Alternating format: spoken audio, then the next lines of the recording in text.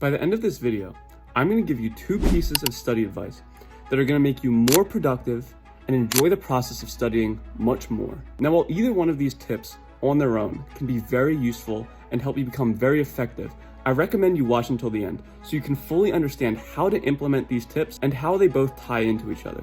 Now, for this video, I'm going to be referencing a book called Predictably Irrational by Dan Arielys. And what this book centers around is how difficult it is to understand what motivates human behavior, and how a lot of what motivates us is very counterintuitive and difficult for us to pinpoint.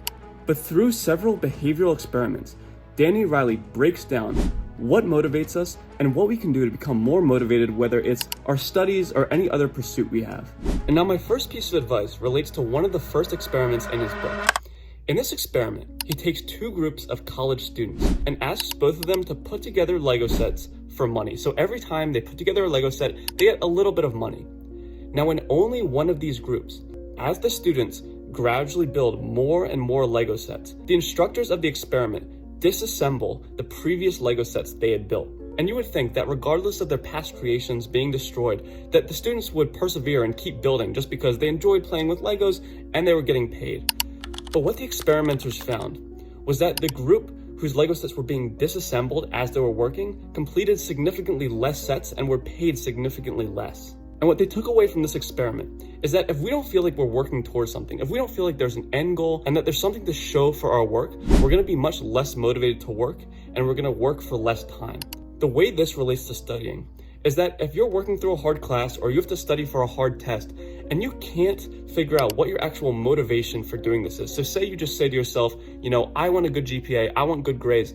But besides that, there's nothing really getting you through the day. There's nothing exciting you. There's nothing making you think, okay, this is, my ultimate end goal. This is what I'm working towards. If you don't have a goal, a concrete goal in your mind, you're going to be significantly less motivated to work, and you're most likely going to work less. And now I know it's difficult to come up with actionable steps for something as obscure as, what's your end goal? What's your life goal? But I think one really good actionable step is just to reflect, maybe even journal for a little bit, and just think about why you're studying, why you want to study so hard. And it doesn't have to be your end goal, but at least what one of your goals are. Because when you have at least one big goal in mind as to why you're working so hard, you're going to be so much more motivated. Because again, like this Lego experiment, when we're not sure what we're working towards, when we don't actually see all of our work pay off towards something concrete, it's much more difficult to stay motivated. So journal, or if you don't want to journal, just reflect and try to think about what's actually driving you to work so hard and why it matters. Because with this in mind, you're going to be much more motivated to study,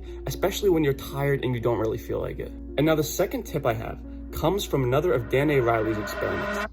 In this experiment, he and his team took 2 groups of people and had them watch a movie. Now, one of the groups watched the movie with no ads, while the other group watched it with ads. And what they did was they asked each participant how much they enjoyed the movie. Now, you would think that the group that didn't have to watch it with ads would enjoy the movie a whole lot more because they weren't being interrupted and they could just enjoy the movie for what it was. But interestingly enough, they found that the group who did have ads splitting up the movie enjoyed the movie significantly more. And this sounds strange and counterintuitive, but what we take away from an experiment like this is that as humans, whatever activity we're doing, the more we do it, we gradually adapt to whatever we're doing. So if you're watching a movie, it might start out super exciting at first, but then gradually you get more and more used to the movie and you sort of just sink into it. And eventually we don't really have our emotions struck as much as if it was more split up. Because when we have a movie split up by ads, the routine of watching the movie is constantly broken and we have to resettle into that excitement. And you can think about it in the same way as when you're reading a book.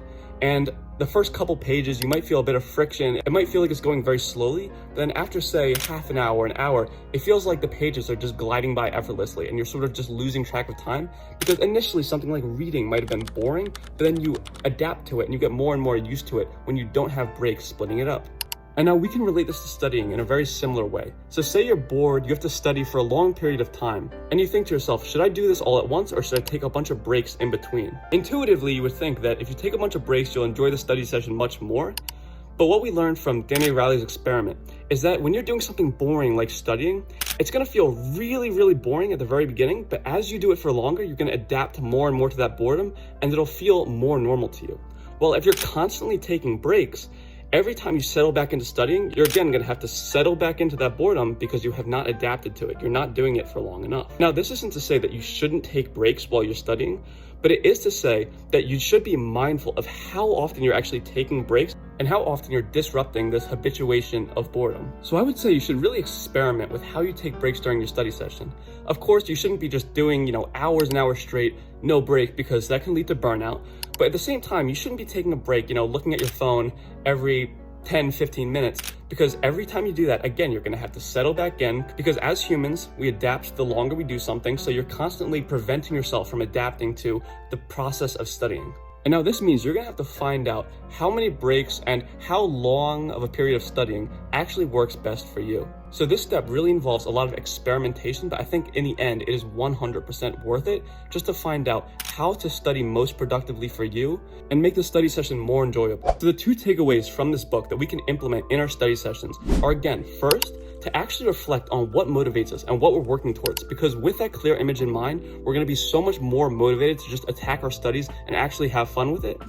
And second, be wary of how much we take breaks, because as humans, we constantly habituate and get used to whatever activity we're currently doing. So if you take constant breaks, it's much, much more difficult to actually get used to the act of studying and sink into the study session. Now, I really hope you guys can find these tips useful. If you like videos like this on studying and productivity for college students, I really recommend you subscribe. There's going to be a whole lot more videos like this soon.